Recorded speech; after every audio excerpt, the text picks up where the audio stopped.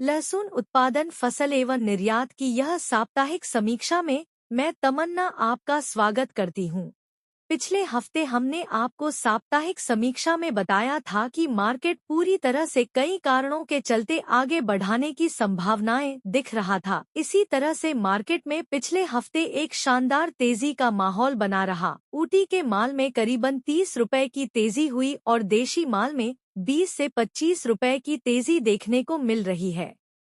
इसके पीछे हमने जो बताया था वह कारण प्रमुख पैसे निकाल कर आ रहा है, वह है ग्राहकी। घरेलू खपत में लगातार 2 महीने से नया लहसुन काफी बड़ी मात्रा में निकाल कर आ रहा है, फिर भी केंद्र की पाइपलाइन कहीं पर भी भरती नहीं दिखाई दे रही है। नीचे भाव के चलते निम्न वर्ग और लोअर मिडिल क्लास वर्ग के लिए इस साल लहसुन में बड़ी मात्रा में खरीदी हो रही है, किसका सपोर्ट मार्केट को सुचारू रूप से पॉजिटिव मोड पर ले आया है। मार्केट में तेजी होने का दूसरा कारण यह भी था, मार्केट को छुट्टियों का सपोर्ट भी मिल रहा है। कुल मिलाकर पिछला सप्ताह नई उम्मीद का निकल कर आया है। आज जब यह वीडियो बन रहा है तब इस रविवार को भी वडुगापट्टी मार्केट साइज वाले माल तेजी के साथ चल रहा है, जबकि समस्तीपुर जैसे मार्केट छोटे माल में शानदार तेजी के साथ चल रहे हैं। अब बात करते हैं निर्यात की। हमारे कई सब्सक्राइबर कमेंट करके पूछ रहे थे निर्यात कहां का हो रहा है। निर्यात में वर्तमान में ऊटी के बढ़िया मॉल में लगातार अमेरिका की सप्लाई चालू हो गई है, तो वहीं पूरी माल में कड़क माल मलेशिया जाना शुरू है। दुबई के लिए अभी 5 से 7 कंटेनर का काम हुआ है। निर्यात में बांग्लादेश के लिए फिलहाल कोई व्यापार नहीं है, जबकि बांग्लादेश हमारा सबसे बड़ा खरीदार है। बांग्लादेश के व्यापार न होने की 2 वजह है। एक है पिछले 10 दिनों में बांग्लादेश की लोकल फसल का प्रेशर बना हुआ था, साथ साथ रमजान के चलते बांग्लादेश में निर्यात बंद था। जैसे ही सूखा मल चालू हो जाएगा और रमजान के त्योहार खत्म हो जाएंगे, बांग्लादेश में फिर से सुचारू रूप से लहसुन का निर्यात शुरू हो जाएगा। निर्यात को लेकर अब सपोर्ट की बात यह भी बन रही है कि भारत ने प्याज पर शुल्क हटा दिया है, इसलिए प्याज के साथ साथ लहसुन निर्यात को भी बढ़ावा मिलेगा। हमने मार्केट में रिचार्ज करके यह पता किया है कि बांग्लादेश भारत से हमेशा प्याज में एक श्योरिटी के साथ प्याज की डिमांड करता है, और जब प्याज में भारत की ओर से निर्यात प्रतिबंध लगाए जाते हैं, भारत के लहसुन और अन्य कमोडिटी के निर्यात पर भी इसका असर होता है। उसे बांग्लादेश की खरीदी दूसरे देशों की ओर मुड़ जाती है और फिर वहां से लहसुन का आयात बांग्लादेश करने लगता है। अब जबकि भारत सरकार ने ब्याज पर निर्यात शुल्क हटा दिया है, बांग्लादेश को प्याज और लहसुन की लगातार निर्यात मांग शुरू हो जाएगी। दूसरी तरफ श्रीलंका में भी काफी अच्छी मात्रा में प्याज जा रहा है, उसके साथ लहसुन का लोडिंग भी हो रहा है। अब प्याज बड़ी मात्रा में जाएगी तो लहसुन का लोडिंग भी बड़ी मात्रा में श्रीलंका के लिए जाना शुरू हो जाएगा। लहसुन में अभी नेपाल और भूटान का लोडिंग भी थोड़ी कम मात्रा में हो रहा है। कुल मिलाकर जब मांड्या सुचारू रूप से चलने लगेगी और माल सूखा हो जाएगा, तब करीबन 5 अप्रैल से निर्यात की स्पीड बढ़ाने की पूरी उम्मीद दिखाई दे रही है। अब बात करते हैं स्टॉक के रुझान के बारे में। शुरुआत में जब माहौल काफी खराब बना हुआ था, तब पिछले साल के अनुभव के आधार पर व्यापारियों में और किसानों में स्टॉक का कोई माहौल बनता दिखाई नहीं दे रहा था। पर जैसे जैसे फसल की रिपोर्ट बाहर आने लगी है और सबको यह मालूम हो गया है कि पिछले साल के मुकाबले सवाई फसल भी दिखाई नहीं दे रही है, स्टॉकिस्टों का फिर से लहसुन के स्टॉक पर नीचे भाव के चलते रुझान बढ़ने लगा है। गुजरात के व्यापारियों ने तो स्टॉक का काम शुरू भी कर दिया है। व्यापारियों से यह बात निकल कर आ रही है कि इस भाव के लेवल से अगस्त से पहले दोगुनी भाव अवश्य बनते दिख रहे हैं। इसकी 2 वजह व्यापारियों में से जानने को मिल रही है। एक, रोग के चलते उत्पादन काफी कम बैठा है। डेयरी बुआई के सामने सवाई माल भी निकलता हुआ नहीं दिखाई दे रहा है। इसके सामने इस 2 महीने में घबराहट के चलते काफी बड़ी मात्रा में माल निकल चुका है।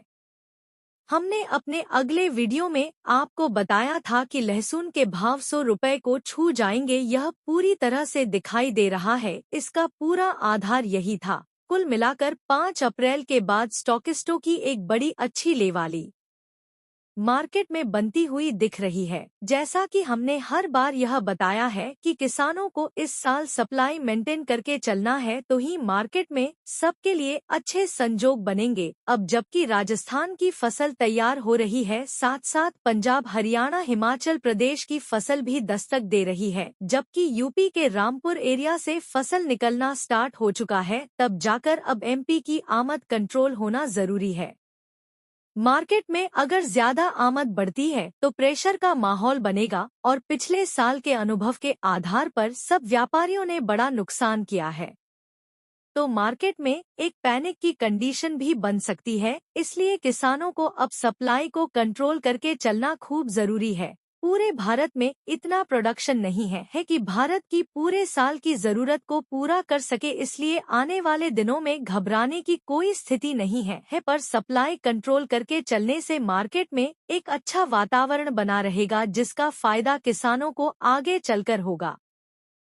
सप्लाई अगर मेंटेन होगी तो स्टॉक और निर्यात का सपोर्ट मार्केट को और सपोर्ट में आ जाएगा, जो मार्केट की दिशा को प्रभावित नहीं कर पाएगा। एक तो उत्पादन कम है, दूसरी तरफ माल में मौसम की वजह से काफी शिकायत शुरू हो गई है। लेमन माल में लगातार बड़ी आमद बनी हुई है, यह भी कुल उत्पादन में कमी ही कर रहा है, इसलिए अच्छे और साइज वाले माल आगे जाकर शानदार भाव से बिकने की पूरी गुंजाइश दिखाई दे रही है। इस साल स्टॉक के लिए साइज वाले बालों की काफी डिमांड रहेगी, जबकि मीडियम वालों में निर्यात की डिमांड बनी रहेगी। कुल मिलाकर यह एक महीना किसानों को सप्लाई मेंटेन करके चलना आने वाले भविष्य का अच्छा संकेत दिख रहा है। अब बात करते हैं फ्लेक्स उद्योग की। फ्लेक्स उद्योग में नरमी का एक ही कारण था, लहसुन उत्पादन के बने बनाए हुए ओवर प्रोडक्शन के आंकड़े जैसे जैसे स्थिति या क्लियर हो रही है, और जैसे हमारे चैनल आपको पहले से बता रही है कि लहसुन में कहीं पर भी फैक्ट्रियां चल सके ऐसा उत्पादन नहीं है, जो अब फसल के तैयार हो जाने के बाद सच्चाई के रूप में साबित हो रहा है।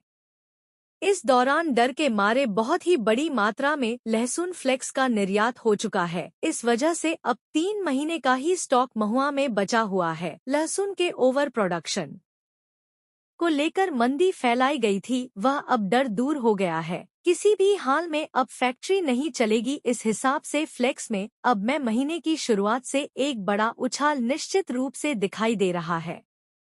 फ्लेक्स में चीन के ऊंचे भाव के चलते हमारा निर्यात काफी ऊंचाइयों को छू रहा है। फरवरी के आंकड़ों में निकल कर आ रहा है कि करीबन 4000 टन माल जितना निर्यात हुआ है, जबकि 2000 टन माल घरेलू खपत में गया है। यह लगातार चौथा महीना है जहां महुआ से 5000 टन से ज्यादा माल एक महीने में निकल रहा है। दूसरी तरफ व्हाइट अनियन कीबल में रिकॉर्ड द ब्रेक उत्पादन होने जा रहा है, इसलिए इन्वेस्टरों की रुचि व्हाइट अनियन केवल में कहीं पर भी दिखाई नहीं दे रही है। अभी तक 1000 टन के कामकाज भी व्हाइट अनियन कीबल में इन्वेस्टर के नहीं हुए हैं।